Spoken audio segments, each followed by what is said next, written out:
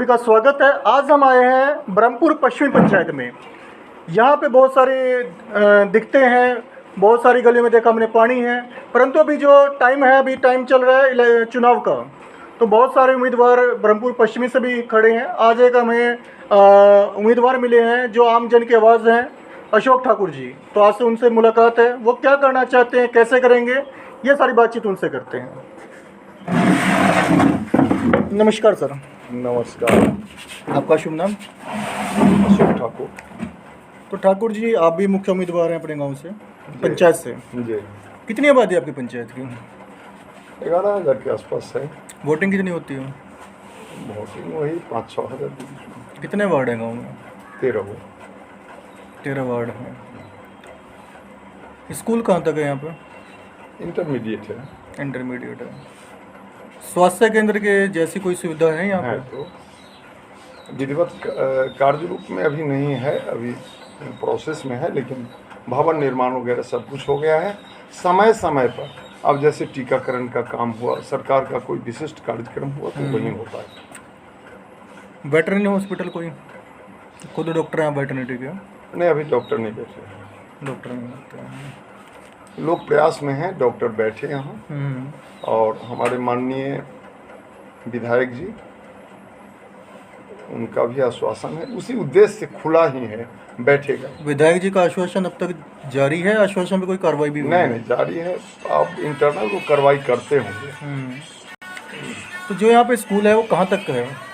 Intermediate. Intermediate. इसके बाद बच्चे कहाँ पढ़ने जाते हैं?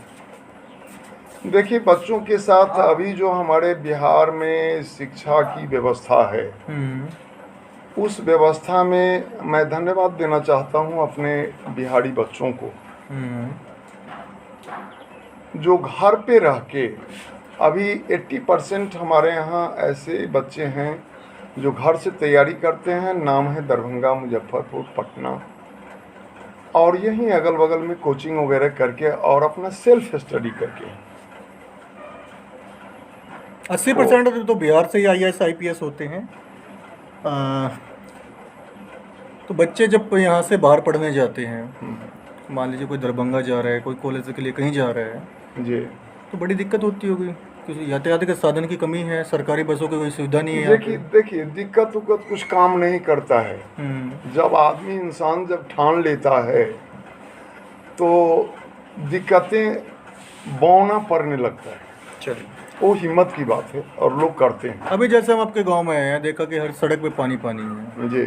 तो इसका कोई निकासी का कोई रास्ता नहीं बनाया गया है? निकासी के रास्ता के संबंध में, चूँकि मैं यहीं का वासी हूँ और हमारा उम्र 59 वर्ष है, लगभग 50 वर्ष से तो जरूर सारे रास्ता पर चल रहा है।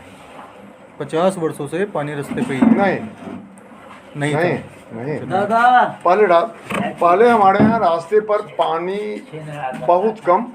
अब जैसे सारा रास्ता कच्ची था, हाँ, पानी धरती में चले जाता था या कहीं नाले में चले जाता था। और गाड़ी घोड़ा ट्रैक्टर वगैरह भी कम था। जी।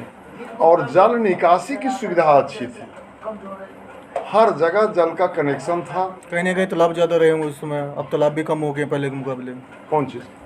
जैसे पहले तालाब या पानी निकल जाता था, अब वो दिक्कत हो चुकी है कि तालाब में पानी नहीं निकल तालाब पाता। की संख्या ज़्यादा नहीं घटा है, घट गई है नाली की संख्या। नालियों की संख्या घट गई है। तो ऐसा क्यों चल रहा है कि सड़कों पे पानी है, नाली नहीं है? अगर सड़क पे नाली नहीं होगी तो पानी कहाँ से निकलेगा? देखिए, हमारी सरकार इसके लिए जी जान से मेहनत कर रही है और 7 निश्चय योजना लेके आई। 7 निश्चय योजना तो बिहार के हर गांव में हम जाते हैं, हर पंचायत में जाते हैं, कहते हैं, परंतु 7 निश्चय में 2 निश्चय योजना भी किसी गांव में पूरे नहीं हुए आज तक। गांव की योजनाएं पूरा करने के लिए देखिए 3 सरकार है, ग्राम सरकार है, राज्य सरकार है और केंद्र सरकार। ठीक है, आपकी जो भी योजनाएं हैं, जो कुछ भी डेवलपमेंट, अब केंद्र सरकार केवल संसद का तो विकास नहीं कर सकते, उनको भी तो गांव में ही आना होगा। चूंकि भारत गांव का देश है, 80% आबादी यहाँ गांव से है। आंकड़ा चेंज हो चुका है, अब 69% और 31% का आंकड़ा हो चुका है। ठीक है, हमको करेंट नहीं इसकी जानकारी है, लेकिन हमारे यहाँ गांव में अधिकांश लोग गांव में ही वास करते हैं।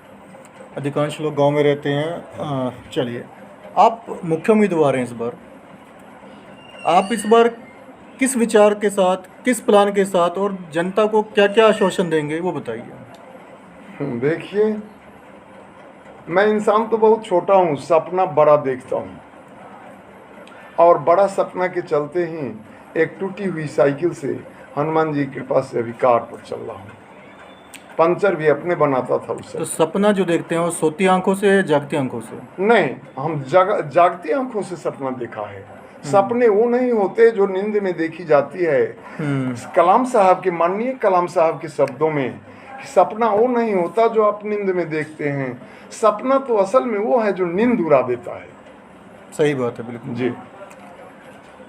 तो गांव की जनता को बहुत सारी दिक्कतें हैं जी। पानी की दिक्कत है, नल जल लग चुके हैं परंतु नल के अंदर पानी नहीं है। जी। सड़कें बन चुकी है परंतु सड़क के किनारे नाली नहीं है। जी। गांव है परंतु वहाँ पे चिकित्सालय नहीं है। जी। पशु हैं परंतु वेटरनरी हॉस्पिटल नहीं है। जी। तो इन चीज़ों को कैसे आप पूरा करेंगे? देखिए, हमारा देश गरीब देश है। हमारी जो मूलभूत आवश्यकताएं हैं वो बहुत है, ठीक है।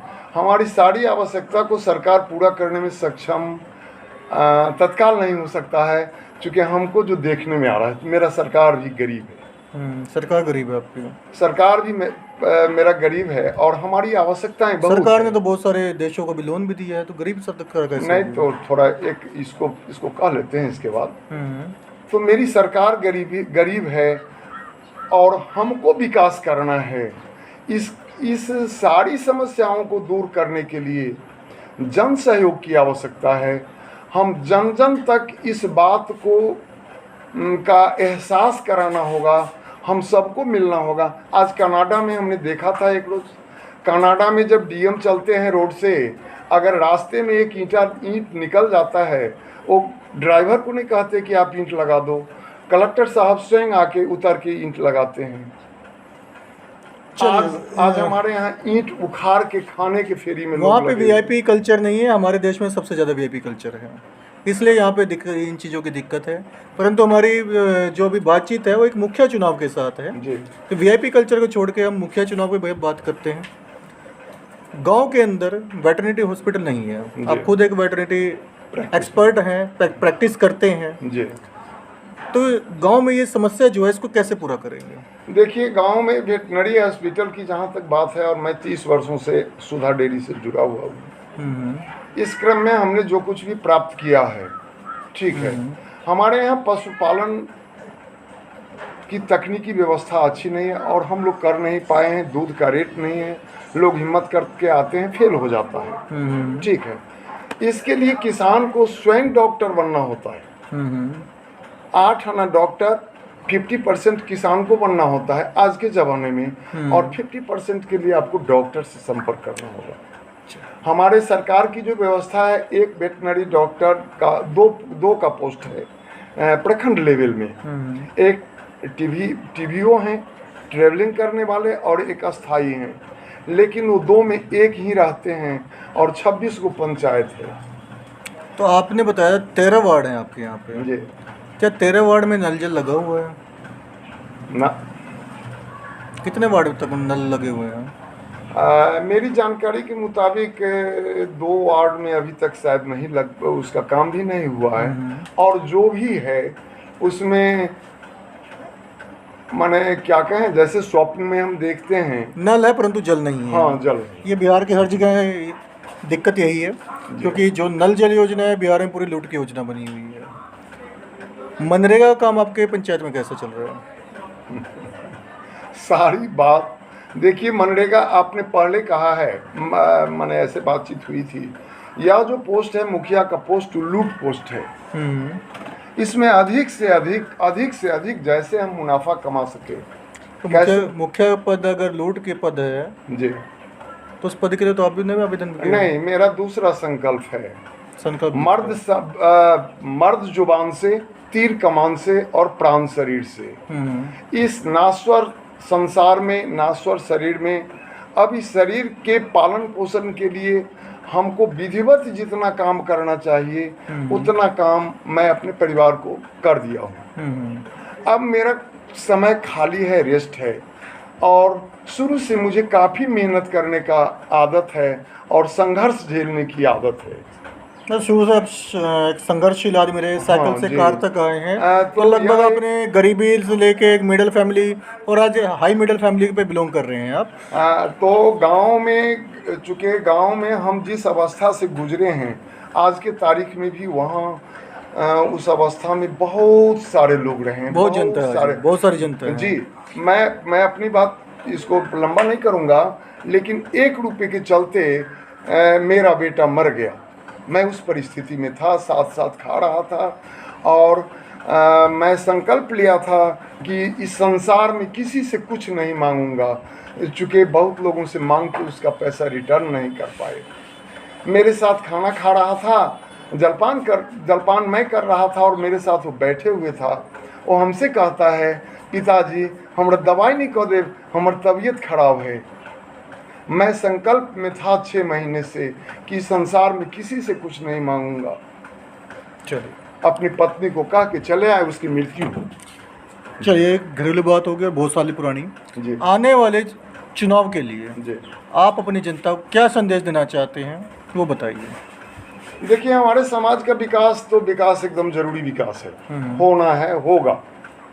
चूँकि मेरी गांव की जनता जग गई है, और मेरा जो विकास है, विकास का जो रीढ़ है वो है एजुकेशन।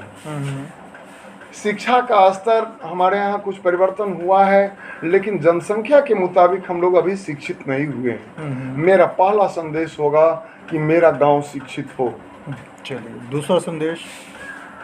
दूसरा संदेश होगा, ऐसे मेरा कैलेंडर भी है, मैं कुछ वादा के साथ आया हूँ समाज में। यह परंपरा मुखिया के जो चुनाव है, इसमें ये परंपरा पहले से नहीं आया है। चूँकि मैं कुछ नया दिखना चाहता हूँ, नया कहना चाहता हूँ। अशोक जी, कैलेंडर तो लगभग सबने छपवाए हैं, वादे सब करते हैं, और वादे पे खरे उतरने के लिए बहुत सारी बातें होती है, जब परंतु 5 साल के बाद जब देखा जाता है कितने वादे पूरे हुए और कितने वादे इनके अधूरे रह गए, तो वादे ज़्यादा अधूरे रहते हैं। 100 के बीच में एक की बात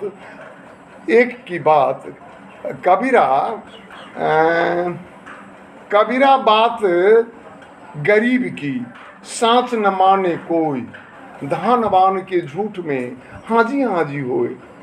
आज चूँकि हमको भी कहने में संकोच होता है कि मैं एक ईमानदार हूँ, मैं बहुत सारा अपना बताऊँ जी, लेकिन हमारे स्वभाव से गांव के लोग परिचित हैं, और मुझे यह परम सौभाग्य मिला है कि इसी गांव में 50-60 वर्ष का उम्र बिताया हूँ, और इसका साक्ष्य मेरा जनता। चलिए, तो अशोक ठाकुर जी, जिन्होंने बहुत बढ़िया बात कही, इन्होंने कविता कही जो अधूरी रह गई, मैं उसको पूरा करता हूँ। बेहतर से बेहतर की तलाश करो, मिल जाए नदी तो समुंदर की तलाश करो, टूट जाता है शीशा पत्थर की चोट से, टूट जाए कोई पत्थर ऐसा शीशा तलाश करो। तो ये बहुत सारा एक मैसेज भी है आने वाले मुखिया चुनाव के लिए। जुड़े रहे तहकीकात न्यूज़ के साथ।